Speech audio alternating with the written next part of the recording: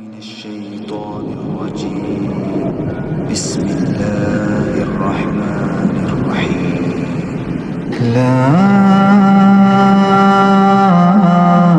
أقسم بيوم القيامة ولا أقسم بالنفس اللوامة. أيحسب الإنسان أن لن نجمع عظامه بلى قادرين على أن نسوي بنانه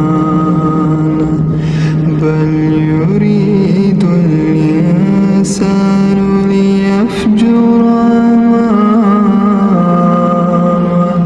يسأل أيان يوم القيامة فإذا برق البصر وخسف